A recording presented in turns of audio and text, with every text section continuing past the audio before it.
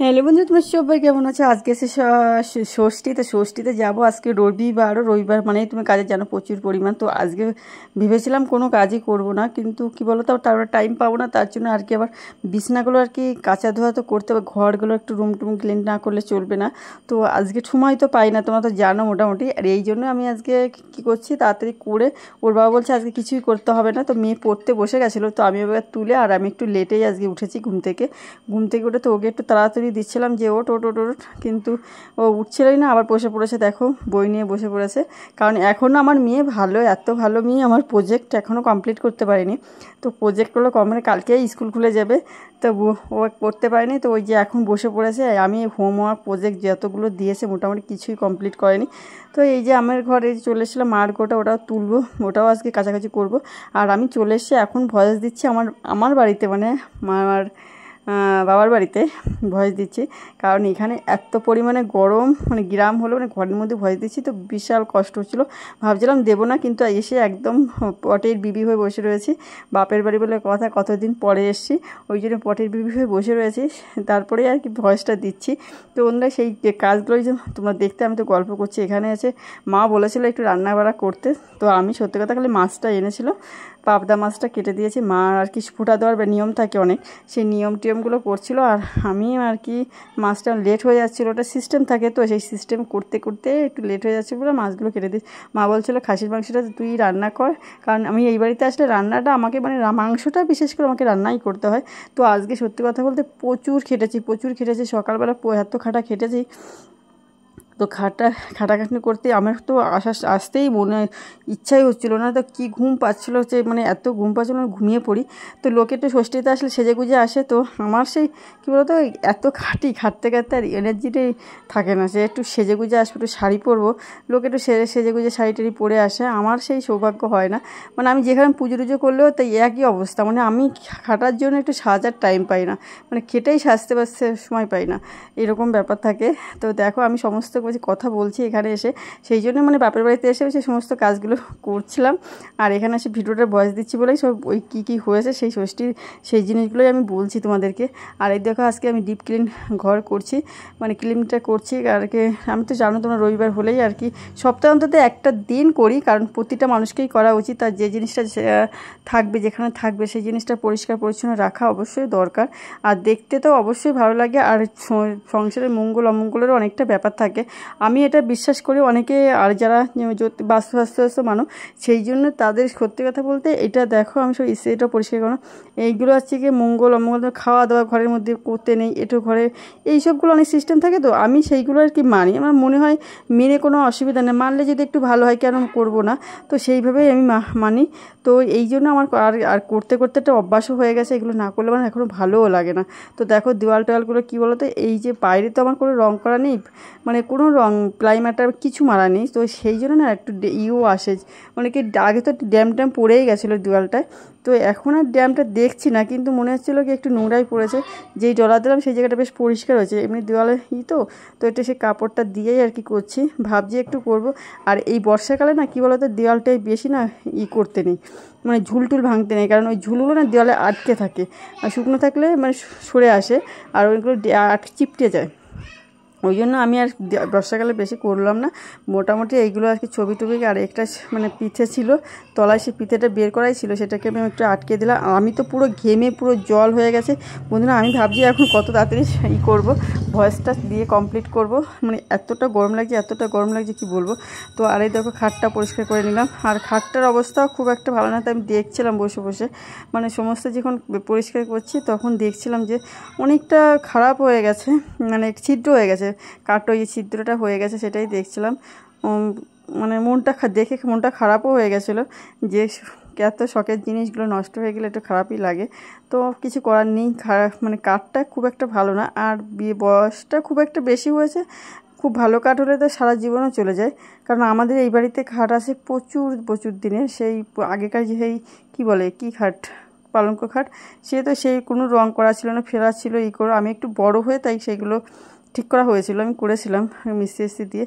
তো যেটা হচ্ছে কি মানে কাঠ ভালো হলে সেগুলো নিম কাঠ, এটা আমি জানি না কী কাঠ, তো খুব একটা ভালো কাঠ ভালো হলে অনেক দিন যায়, কাঠ খারাপ হলে ভালো যায় না। তো এই পাশটা আমি একটু গুছিয়ে টুছিয়ে পরিষ্কার পরিচ্ছন্ন করে নিচ্ছি। আর এই পাশে দেখলাম মানে অনেকটাই নোংরা জমেছে। এক সপ্তাহ এইখানের মধ্যে দেখো আমি এমনি আর করে হয়নি, সেই সপ্তাহে একটা দিনই অন্তত করি মোটামুটি। সপ্তাহে যে কোনো সেই রবিবার হোক যে কোনো দিন আর কি চেষ্টা করি রবিবার করার চেষ্টা করি। আজকে যেমন আমার রুমটায় মানে বিছনা চাদরটা একদম ক্লিন না করলেও হতো, ওয়াশ না করলেও আজকে হতো, কিন্তু ওয়াশ না করলে কী বলো তো আবার সে এক সপ্তাহের মধ্যে টাইম পাবো না, তখন আমার বেশি নোংরা হয়ে যাবে। তো এই জন্য আর করছি, পরিষ্কার করে নিলাম। আর এই যে দেওয়াল খাটের মানে পাশগুলোতেও আমি একদম ভালো করে পরিষ্কার করে দিচ্ছি, একদম মানে যতটা ধুলো পড়লে কী ধুলো আটকে আটকেও সেই জায়গাটা জং কেমন একটা হয়ে তিলে তিলে পড়ে যায়। আমার তিলেই বলি, জানি না তোমার কী বলো, আমার চাঞ্চলিক ভাষা যেটা সেটাই বললাম, আমরা এটাই বলি। তো দেখো ভালো করে পরিষ্কার করেছে দেওয়া। আর এটা হচ্ছে কি আর একটু জল খেতে গেছিলাম, কষ্ট হয়ে গেছিলো সকালবেলা আর কি। তারপরে জল মানে গরম জলটা খেয়ে তারপরে এলাম, এসে আবার এই যে আলমারি টালমারিগুলো পরিষ্কার করছি। আলমারিটারও সেমই অবস্থা, কারণ ওই আলমারিতেও পোকা টোকা ধরে গেছে, মাঝে মাঝে আওয়াজ হয়, এত ঘুমাতেই পারি না। তো দেখো আমি নিত্য নতুনই মানে প্রতিদিনই প্রায় চেষ্টা করি ক্লিন করার, প্রতিটা আমার রুমটাকে ভালো করে পরিষ্কার পরিচ্ছন্ন করে রাখার, ডিপ ক্লিন করার চেষ্টা করি। আমার স্টাইলে, আমি দেশি স্টাইল যেরকম পারি মোটামুটি আমার স্টাইলে আমি ভাবি সেইভাবেই করার চেষ্টা করি, যত্ন রাখার চেষ্টা করি। আমি জানলাটা করি। আর আছে কি বর্ষা, তো বর্ষার জন্য না শর্ট করে দেখে মানে ঘরের মধ্যে কিন্তু বর্ষা মনে হয় না, ঘরের মধ্যে কী বলো তো এত গরম মনেই হয় না যে মানে বর্ষাকাল। মানে তো এই যে পাল্লাগুলো আর কি করার চেষ্টা করছি, কিন্তু ভিতরে হাত ঢুকছে না, যতটা যাচ্ছে সেইভাবে পাল্লাটাও পরিষ্কার করে নিলাম, ক্লিন করে নিলাম। মানে এই পাশটা করাতে বাইরে দিয়ে করা উচিত ছিল, কিন্তু বাইরে দিয়ে এখন আর সময় নেই। সময় থাকলেও আমি মানে ষষ্ঠীতে আসবো বলছি ভাবছিলাম, মানে প্রথম দিকে ছিল না যে আসবো, তো পরে তো চলেই এলাম। তো ভালোই এখন পর্যন্ত মাও ষষ্ঠী করলো, পুজো টুজো মানে টিপ ফোটা দিল, তো সেইভাবেই চলছে। আর আমি তো এই যে কথা বলতে দেখো কাজটা কমপ্লিট করলাম। আর এই দেখো একটা জিনিস যত্ন করলে সত্যি কথায় বহুদিন যায়। আমার এই খাটটা অতটা আমি যত্ন না করলে হয়তো তার আগেই নষ্ট হয়ে যেত, আমি যত্ন করি বলেই এতদিন এখন আছে ঠিকঠাক চলছে আর কি মোটামুটিভাবে। তো এত গরম লাগছে, আমি ভয়েস দিতে পারছি না, ঘেমে আমি জল পুরো ঝরঝর করে জল পড়ছে। তা আমি ভাবছি কখন শেষ হবে। আর আসছে প্লিজ বন্ধুরা, তোমরা কে যেখানতে ষষ্ঠীতে গেছে অবশ্যই আমাকে এটা কমেন্ট করে জানাবে, কে কোথায় ষষ্ঠী করতে গেলে। আজকে কি সবাই মানে মোটামুটি তো সবাই যাবে, এটা তো নর্মালি কথা, কিন্তু সত্যি কথা বলতে আমার এখন আর ষষ্ঠী আমার একদম ভালো লাগে না। এই একটা ফালতু জিনিস আমার কাছে মনে হয়, মনে হয় একটু এর থেকে বাড়ি যেতে বিশ্রাম নিতে পারতাম ততই ভালো হতো। মানে একটু এখানে তো একটু রেস্টই পেলাম, এটাও ঠিক, রেস্ট মানে প্রচুরটাই অনেকটা রেস্ট। বাড়িতে তো আবার সেই সারাদিন খাটাখাটনি করে আবার রান্নাবাড়া করতে হতো, প্রচুর আবার হাঁপানি হয়ে যেত। এখানে এসেছি একটু সেজে গুজিয়ে আসলাম, কিন্তু সেই ভিডিওগুলো করে না, ফোনের জন্য সেই ভিডিও করতে পারে না, ফোন গেছে হ্যাং হয়ে করতেই পারিনি, অনেক চেষ্টা করে মানে সমস্যা হয়ে গেছে। আর এই দেখো আমি একটা আয়না দেখছিলাম আয়নাতে চেহারাটা অনেকটাই আগের থেকে খারাপ হয়ে গেছে, মানে অনেকটা মানে কালো হয়ে গেছে মনে হলো, অনেকটাই কালো হয়ে গেছে মনে হচ্ছে, আগের থেকে একটু কালো হয়ে গেছে।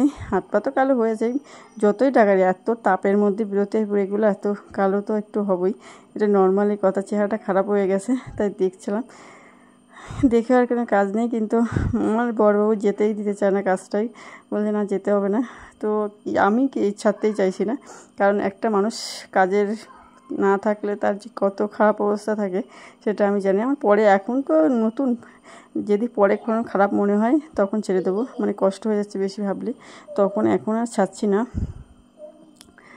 আর দেখো আলমারিটারি সব শোকেসগুলো সবই ক্লিন করে নিলাম, মানে এগুলো সব আমার স্টাইলে আমি মোটামুটি পরিষ্কার করি। কষ্ট হয়ে যাচ্ছে এতটা ভয়েস দিতে।